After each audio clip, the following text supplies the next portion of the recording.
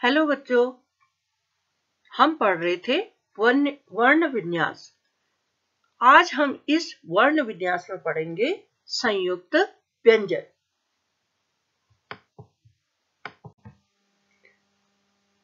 अब आए हम संयुक्त व्यंजन में। ये क्या है? Joint consonant. ये 4 संयुक्त व्यंजन हैं जो यहाँ पर नीचे दिए हैं। ये 2 व्यंजनों के मेल से बने हैं। ये क्या है? संयुक्त तभी कहा, संयुक्त माने जुड़ा हुआ। तो नीचे 4 संयुक्त व्यंजन ये हैं। कौन कौन से? श, त्र, ज्ञ, श्र। ये चारों क्या हैं? 2 व्यंजनों के मेल से बने हुए हैं। किन किन व्यंजनों को मिक्स किया है तब जाके पहला वाला कक्षा वाला श जो बना है, कैसे बना है? क प्लस श, यानी मूर्धन्य स जिसका पेट कटा हुआ है। तो इससे क और श को मिलके क्या बना? श, जो कक्षा जब हम लिखते हैं तो उसमें प्रयोग किया जाता है। जैसे तो ऐसे ही त्र शब्द किस किस के मेल से बना है? त प्लस र, यानी त्र। और ज्ञ किससे बना है? ज प्लस यो। तो अब श्र स प्लस र, इसे कहते हैं ताल विसर्ग। तो ये जो श्र श्रीमान शब्द के लिए प्रयोग होता है, तो ये इसीलिए इन शब्दों को, ये 2 शब्दों से, 2 व्यंजनों से मिलकर बने हैं, तभी इन्हें संयुक्ताक्षर कहा जाता है। तो श, पहले वाले श के उदाहरण देखते हैं। क्षत्रिय, कक्षा, रक्षा। फिर त्र शब्द के देखते हैं। त्रिकोण, मात्रा, छात्रा। ज्ञ शब्द से यज्ञ, ज्ञान, ज्ञात, विज्ञान। ज्ञ शब्द जहां भी यूज होता है तो वो यही ज्ञ है। फिर है श्र, श्रम, आश्रम, परिश्रम, श्रमिक। जो भी हम शब्द श्रीमान बनाते हैं तो ये स से। तो क्या है? अब तो हमें ये ध्यान में रखना होगा, जो श शब्द है वो क और श व्यंजन से मिलकर बना है। त्र शब्द त और र से मिलकर बना है। ज्ञ ज और य से मिलकर बना है। स और र किससे? श्र शब्द श और र से मिलकर बना है। तो इसीलिए क्ष, त्र, ज्ञ और श्र को संयुक्ताक्षर, संयुक्त अक्षर कहा गया है। अब अरहित व्यंजन इस प्रकार लिखे जाते हैं। ये पहले भी बता रही थी। यदि हम इसे, फिर हम क्या कहते हैं? आधा। अगर हम इसको इस प्रकार, क में नीचे क्या लगा है? हलंत, टेढ़ी सी लाइन लगी है, तो इसे क्या कहा जाता है? हलंत। इसके मीनिंग क्या होते हैं कि क अधूरा है। व्यंजन के नीचे लगने वाली तिरछी लाइन हलंत कहलाती है। ब्रैकेट में इसका उदाहरण भी दिया है, तो वो हलंत कहलाती है, इसे हलंत कहते हैं। तो ये यानी इसके पीछे ये आधा क है, तो ये स्वर के बिना लिखा गया है। अगर हम स्वर के साथ लिखेंगे तो क लिखेंगे, पूरा ओ की साउंड आएगी ना। तो ड, ढ वर्णों के नीचे बिंदु लगाकर हम क्या करते हैं? ड़ और ढ ध्वनियां बनती हैं। ये जैसे घोड़ा, कपड़ा, पढ़ना, चढ़ाई, पढ़ाई आदि। ठीक। अब ज और फ, ज के नीचे भी बिंदु लगा है, फ में भी। इन व्यंजनों को हिंदी में स्वीकार कर लिया गया है। कई जगह पर इन व्यंजनों का प्रयोग किया जाता है। तो जरा, फन, तो इन्हें पढ़ा भी ऐसी जाता है। र के विभिन्न रूप है। आपने देखा होगा, जब भी आप हिंदी लिखते हैं, कोई सेंटेंस, कहानी, कुछ भी लिखते हैं, तो र का अलग अलग रूप में प्रयोग किया जाता है। वो र कैसे कैसे प्रयोग करते हैं? जैसे हमने कार्य लिखा, योग, कार्य। आधा रो है तो वो क्या है, यो के ऊपर आ गया। ऐसे ही कार्य जैसे लिखा, फिर मार्ग वो भी उसी तरह, सूर्य वो भी यो के ऊपर आया, गौ के बाद आया। अब एक रो का प्रयोग, डॉ के नीचे रो लगा रखा है, वो तो ड्रम, ट्रक, ट्रंक, ट्रांसफर जो भी हम ड्रॉ कर देते हैं तो ये भी रो ही है। और एक रो का प्रयोग कैसे करते हैं, क में पहले ही लगा रखा है क्रम। एक तो हम कृष्ण लिखते हैं वो री की मात्रा लगती है, लेकिन यहाँ क्रम, क्रम संख्या जैसे जिसे लिखते हैं तो क कैसे लगा, सीधा सीधा क में। भ्रम भौ में लग गया। प्रकार, प्रयोग, प्रस्तुत, जो भी ये प्रो ऐसे प्रयोग किए जाते हैं, ये तो रो इस प्रकार अलग अलग रूप में प्रयोग किए जाते हैं। तो आपने क्या पढ़ा अभी तक, उसमें पढ़ा था, पहले तो आपने पढ़े वर्ण, वर्णों के प्रकार, स्वर और व्यंजन। फिर आप आए वर्णमाला, स्वर और व्यंजनों के जो क्रम पूर्वक लिखे जाते हैं वो वर्णमाला कहलाई। तो यहां फिर आपने संयुक्ताक्षर शब्द देख लिए, फिर आपने मात्राओं का प्रयोग भी देखा, फिर आपने क्या देखा, रॉ का अलग अलग ढंग से प्रयोग देखा कि रॉ कैसे कैसे और कहां कहां पर प्रयोग किए जाते हैं। अब आपने क्या पढ़ा, वर्ण भाषा की सबसे छोटी इकाई है। वर्ण क्या है, यही का खा गा घा औ आ ई जो भी वर्ण है, ये सबसे छोटी इकाई है जिसके कोई टुकड़े नहीं किए जा सकते। वर्ण दो प्रकार के हैं, एक स्वर और व्यंजन। वर्णों के समूह को क्या कहते हैं, वर्णमाला। स्वर स्वतंत्र होते हैं पर व्यंजन स्वतंत्र नहीं होते। स्वरों को स्वतंत्र किस लिए कहा गया है, क्योंकि स्वरों का प्रयोग क्या होता है, वो स्वतंत्र रूप से उनका प्रयोग, उनको किसी की सहायता की जरूरत नहीं पड़ती। स्वरों की मात्राएं भी प्रयोग में, स्वर क्या है, मात्राओं के रूप में भी प्रयोग किए जाते हैं और स्वतंत्र भी प्रयोग किए जाते हैं। संयुक्ताक्षर कौन कौन से हैं, क, त्र, श, त्र, ज्ञ, श्र, ये चार क्या हैं, संयुक्त व्यंजन हैं। ये सब हमने पढ़ा। तो इनको क्या करना है आप लोगों ने, एक तो जो आपने पढ़ा इन सबको अपनी उत्तर पुस्तिका में आप ध्यान से सुने कि आपको क्या क्या करना है। एक तो जो आपने पढ़ा तो उसको लास्ट में आपने पढ़ा, ये 5 पॉइंट वर्ण भाषा की सबसे छोटी इकाई है। वर्ण दो प्रकार के होते हैं, स्वर और व्यंजन। वर्णों के समूह को वर्णमाला कहते हैं। स्वर स्वतंत्र होते हैं पर व्यंजन स्वतंत्र नहीं होते। स्वरों की मात्राएं होती हैं, स्वरों की मात्राएं भी होती हैं, स्वतंत्र भी प्रयोग होते हैं, मात्राएं भी होती हैं। संयुक्त व्यंजन कौन कौन से, चार हैं, छ, त्र, ज्ञ, श्र। तो ये आपको 5 पॉइंट तो ये लिखने हैं। दूसरा क्या करना है, स्वर और व्यंजन, उनको पहले स्वर लिखने हैं, कितने हैं, फिर एक दो लाइन छोड़कर व्यंजन लिखेंगे आप लोग स्पष्ट रूप से। जो भी उत्तर पुस्तिका अगर आपको कॉपी नहीं मिल पा रही है तो जो कॉपी आपने रिमझिम की बनाई थी उसी में ये सब कर लें, पहले भी बता चुकी हूँ। यदि मिल जा रही है इजीली तो आप एक व्याकरण की अलग से एक कॉपी बना लेंगे। और संयुक्ताक्षर कौन कौन से हैं उसी में आप लिख देंगे। ये 5 पॉइंट लिखने हैं, स्वर और व्यंजन लिखने हैं, साफ सुथरी हैंड राइटिंग में, सुंदर राइटिंग में। हेलो बच्चों, हम पढ़ रहे थे वर्ण विन्यास। तो ये पाठ हमारा पूरा हुआ।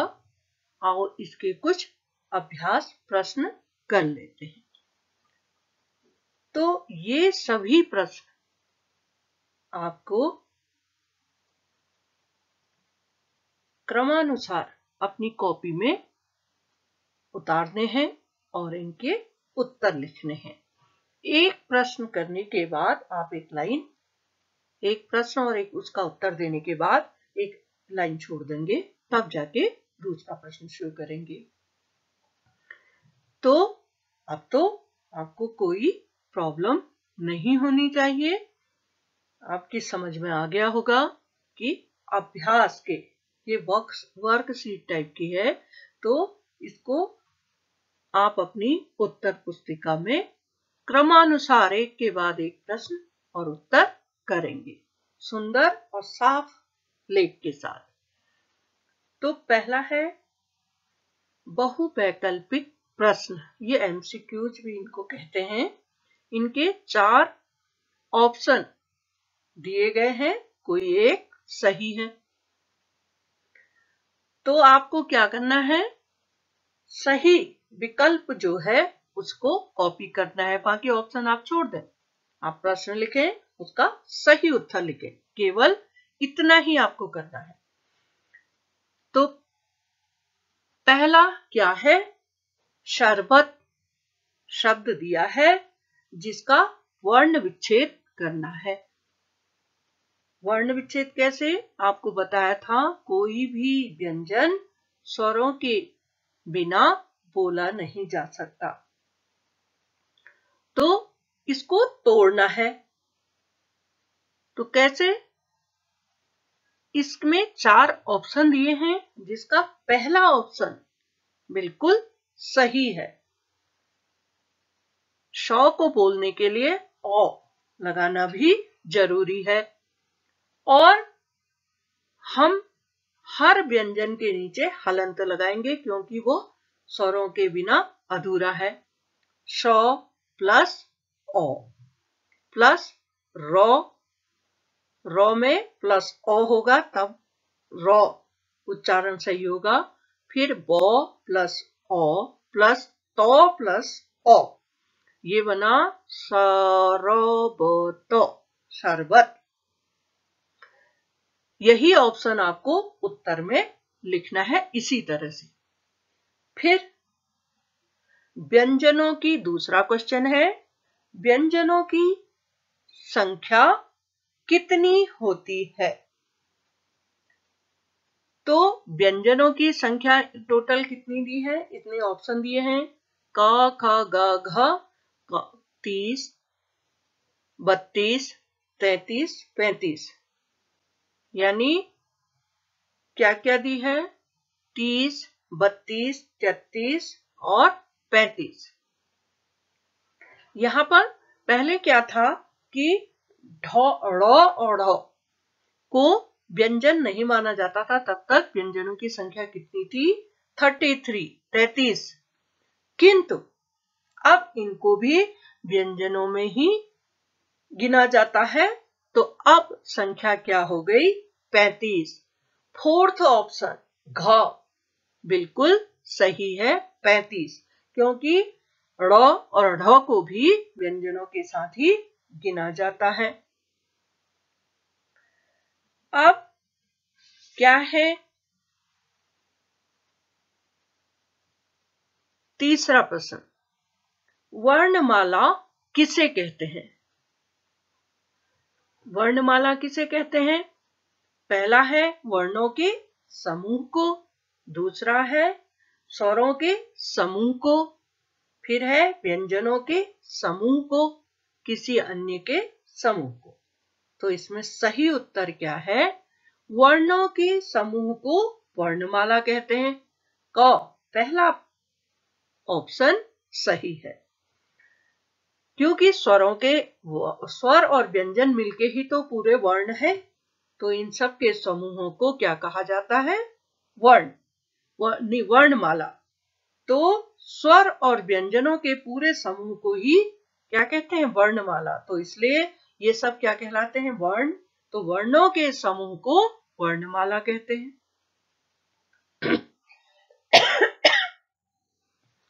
उसके बाद आप क्या है कि आपका फोर्थ क्वेश्चन है, श्र कैसा व्यंजन है। श्र दिया है, ये पूछा है कि ये कैसा व्यंजन है। ये एक, इसमें 4 ऑप्शन है, सरल, संयुक्त, कठिन, स्वरमाला। तो ये कैसा व्यंजन है? संयुक्त व्यंजन है। हमने पढ़ा था कि श, त्र, क्यों और श्र क्या है? ये संयुक्त स्वर हैं। तो स तालवी स्वर सौ और र से मिलकर बना है। जैसे इसके एग्जाम्पल हमने बताए थे, श्रम, कक्ष, श्रम, श्रीमान, आश्रम।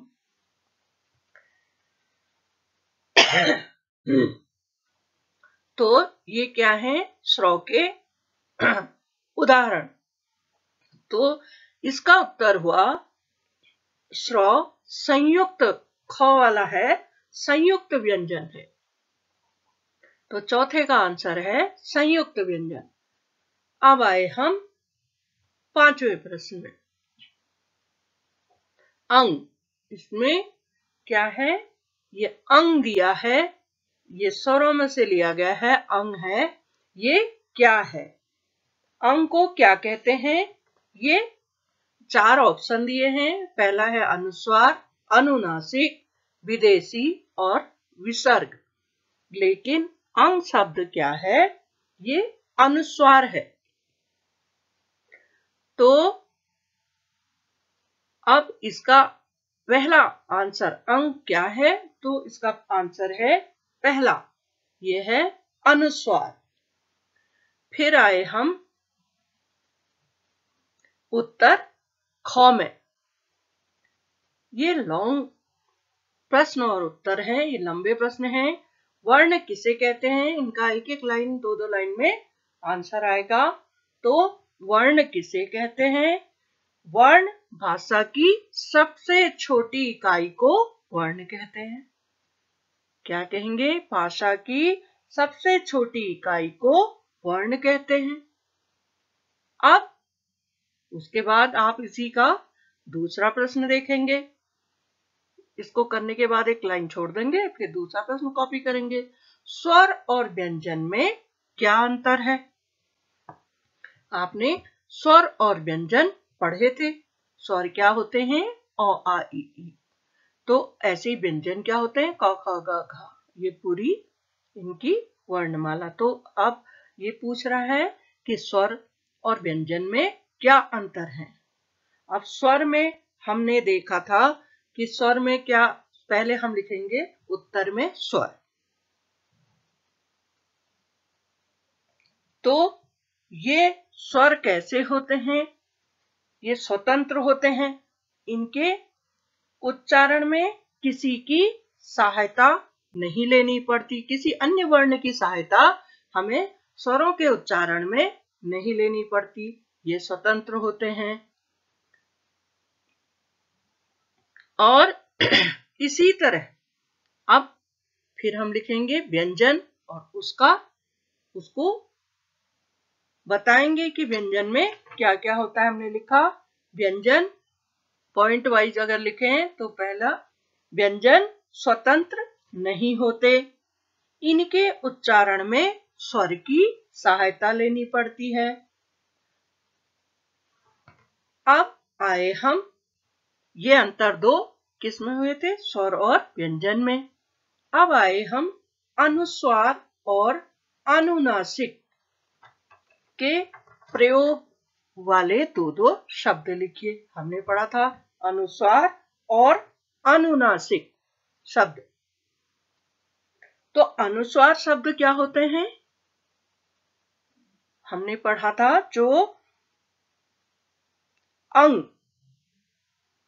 को क्या कहते हैं? अनुस्वार। और अंग में ही अनुनासिक शब्द क्या होते हैं? जिसमें चंद्र बिंदु लगा होता है। अब हम इसको यहाँ पर समझने के लिए इनके दो दो उदाहरण लिखेंगे। अनुस्वार लिखा तो उसके आगे दो एग्जाम्पल लिखने। तो कैसे? कंगन और हंस। कल हम पढ़ रहे थे कंस। ऐसे ही इसके दो उदाहरण लिखने हैं। कंगन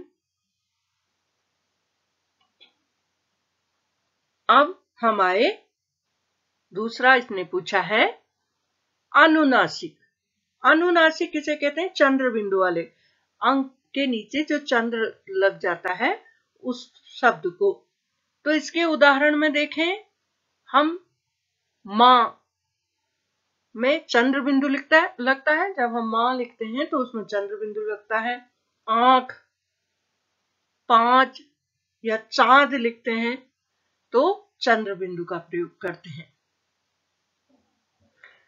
तो ये हो गए दो दो उदाहरण। आपको कुछ और पता है, आप अपने से भी लिख सकते हैं, खुद भी कोई अन्य शब्द लिख सकते हैं। फिर है इसी का ख का फोर्थ आंसर। पहले प्रश्न पढ़ते हैं। वर्णमाला किसे कहते हैं? वर्णमाला किसे कहते हैं? ये जो वर्णों की माला, माला क्या? जब सभी वर्ण एक निश्चित क्रम में लिखे जाते हैं, जब वर्णों को एक निश्चित क्रम में लिखा जाता है, ओ आ ई एक के बाद एक, ऐसे का खा गा गा गा, तो इसे पूरे लिखे हुए शब्दों को जो क्रमानुसार लिखे हैं तो उन्हें क्या कहते हैं? वर्ण। वर्णमाला में स्वर और व्यंजन दोनों सम्मिलित होते हैं। दोनों होते हैं, वर्ण में क्या होता है? स्वर और व्यंजन दोनों होते हैं। इसके बाद क्या है? अब आए हम रिक्त स्थान भरें। इसमें रिक्त स्थान बनने हैं। पहला क्या है? वर्ण भाषा की सबसे बीच में क्या आएगा? छोटी इकाई है। वर्ण भाषा की सबसे छोटी इकाई है। वर्णों को भी कहा जाता है। वर्ण को क्या कहते हैं? अक्षर। अक्षर भी कहा जाता है। इस तरह ये आपका अभ्यास हुआ। फिर हम क्या है आगे देखते हैं। अगला रिक्त स्थान भरना है। स्वर को ध्वनियां कहते हैं। स्वर को स्वतंत्र ध्वनियां, स्वतंत्र किस लिए कहा जाता है? इनके प्रयोग में, इनके उच्चारण में किसी अन्य का साथ नहीं लेना पड़ता, तो इसलिए इन्हें स्वतंत्र ध्वनियां कहा जाता है। फिर है कि अंक को कहते हैं। अंक को अनुस्वार, हम पहले भी बार बार पढ़ रहे हैं, बार बार लिख भी रहे हैं, तो अंक को अनुस्वार कहते हैं। अब आते हैं घ प्रश्न में। पहले तो ये वर्णों को मिलाकर शब्द बनाइए। यहाँ पर क्या है? वर्ण तोड़े गए हैं। हर व्यंजन के पीछे एक एक क्या जरूरत के अनुसार स्वरों का प्रयोग किया गया है। पहले वाला इसने खुद बुक ने तोड़ा है। क प्लस ओ, लो प्लस ओ, मो प्लस ओ, यानी क लो मो शब्द भी दिया है कलम। अब है क प्लस ओ, क्या बन गया? को। मो प्लस ओ, मो पूरा बन गया। लो प्लस ओ क्या बना? को मो ल, कोमल। फिर दूसरे में आए, सौ प्लस ओ क्या बना? सौ। रो प्लस ओ क्या बना? रो। को प्लस ओ क्या बना? को, यानी पूरा शब्द क्या बना? सौ रो को। फिर को प्लस ए क्या बन गया? के। लो प्लस आ क्या बना? ला, के ला। अब ये आपकी समझ में आया तो एक बार मैं और समझा दूं कि क प्लस ओ क्या बना? को। मो प्लस ओ, मो पूरा हो गया। लो प्लस ओ, लो पूरा हुआ, तो को म ल। ऐसे ही सौ प्लस औ क्या बना, पूरा सौ। फिर ड़ प्लस औ, पूरा ड़। फिर क प्लस औ, पूरा क। अब क्या हम इसको उच्चारित करेंगे, सड़क। और यहाँ पर जहां पर ब्लैंक दिया है वहां पर सड़क लिख देंगे। अब है क प्लस ए ल प्लस आ, क्या बना, क प्लस ए के, ल प्लस आ केला। अब है सही और गलत में गलत। सही में सही, सही का चिन्ह क्या होता है, राइट। और गलत में क्रॉस, गलत का चिन्ह लगाएं। यहाँ पर आपको स्पेस दी गई है, ऐसी आप भी बना लेंगे। हर सेंटेंस को कॉपी करेंगे और सही को सही और गलत को गलत कर देंगे। कैसे लिखना है, पहला, हिंदी में 12 स्वर हैं।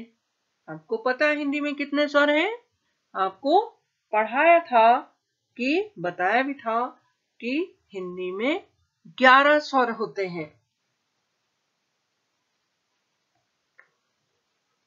ये कैसा हुआ, 12 कह रहा है तो ये गलत। दूसरा है, स्वर के उच्चारण में अन्य वर्ण की सहायता नहीं लेनी पड़ती। क्या है, स्वर के उच्चारण में अन्य वर्ण की सहायता लेनी पड़ती है। तो क्या है, इसने लिखा है लेनी पड़ती। क्या हम स्वरों के उच्चारण में किसी अन्य वर्ण की सहायता लेते हैं? ये गलत है, क्योंकि स्वर तो स्वतंत्र होते हैं, उन्हें किसी की सहायता की उनको स्वरों को बोलने के लिए किसी अन्य वर्ण की सहायता की जरूरत नहीं होती है। तो यह सेंटेंस क्या है, गलत है। अब वर्ण 2 प्रकार के होते हैं, ये तो आपको भी पता है। कौन कौन से, स्वर और व्यंजन, जिनसे पूरी क्या बनती है, वर्णमाला। तो वर्ण, ये बिल्कुल सही है कि वर्ण 2 प्रकार के होते हैं। चौथा प्रश्न है, विसर्ग का प्रयोग तत्सम शब्दों में होता है। तत्सम शब्द क्या होते हैं, संस्कृत से आए हुए शब्द। तो विसर्ग का प्रयोग तत्सम शब्दों में होता है। तो ये सेंटेंस क्या है, सही है। पांचवा है, व्यंजन स्वतंत्र ध्वनियां होती हैं। अब आप ही बताएं, स्वतंत्र ध्वनियां कौन सी होती हैं? स्वर। व्यंजन तो स्वरों के बिना बोले ही नहीं जाते, तो इसलिए व्यंजनों को हम स्वतंत्र ध्वनियां कभी भी नहीं कहेंगे। तो पांचवा प्रश्न क्या है, गलत है। तो आपका पहला फिर से देख लेते हैं, हिंदी में 12 स्वर हैं, गलत। हिंदी में कितने स्वर होते हैं, 11। स्वर के उच्चारण में अन्य वर्ण की सहायता लेनी पड़ती है, बिल्कुल गलत। स्वर स्वतंत्र होते हैं, उनको किसी की सहायता की जरूरत नहीं है। तीसरा है, वर्ण 2 प्रकार के होते हैं। हाँ, ये सही है, आपको भी पता है वर्ण 2 प्रकार के होते हैं, स्वर और व्यंजन। विसर्ग का प्रयोग तत्सम शब्दों में होता है, बिल्कुल सही। फिर है, व्यंजन स्वतंत्र ध्वनियां होती हैं, रॉन्ग। व्यंजन स्वतंत्र ध्वनियां नहीं है, इनको तो बोलने के लिए किसकी जरूरत पड़ती है, स्वरों की। अब बहुत एक आसान सा प्रश्न नीचे है, चित्र दिए हैं और उसके नीचे कुछ शब्द लिखे हैं, उनमें मात्राएं लगानी है। पहला क्या बना हुआ है, चूहा, और नीचे क्या लिखा है, चाह। तो चूहा में आपको क्या लगेगा, चूहा, बड़ा ऊ की मात्रा। फिर बना है गुलाब और नीचे लिखा है गलब। गो में छोटे ऊ की मात्रा, गुलाब। फिर है थाली, थो में आ की मात्रा लग जाएगी। फिर बना है लालटेन, तो लाल टेन लालटेन। फिर सूरज बना है, 100 में बड़ी ऊ की मात्रा, ट्रक टॉ में ट्र लग जाएगा नीचे से रॉ की मात्रा। फिर है ड्रम, ड्रम में भी वैसे ही लगेगी जैसे ट्रक में लगी। फिर है सर्प, पौ में रॉ की मात्रा, वर्षा शा में रॉ की मात्रा। ये रॉ आपने पढ़े थे, कई प्रकार से प्रयोग किए जाते हैं, तो अलग अलग तरीके से आप यहाँ पर प्रयोग करेंगे। इस तरह हमारा ये वर्ण विन्यास पूरा हुआ। आप इसकी पूरा अभ्यास पत्र ये करेंगे और साफ सुंदर हैंडराइटिंग में।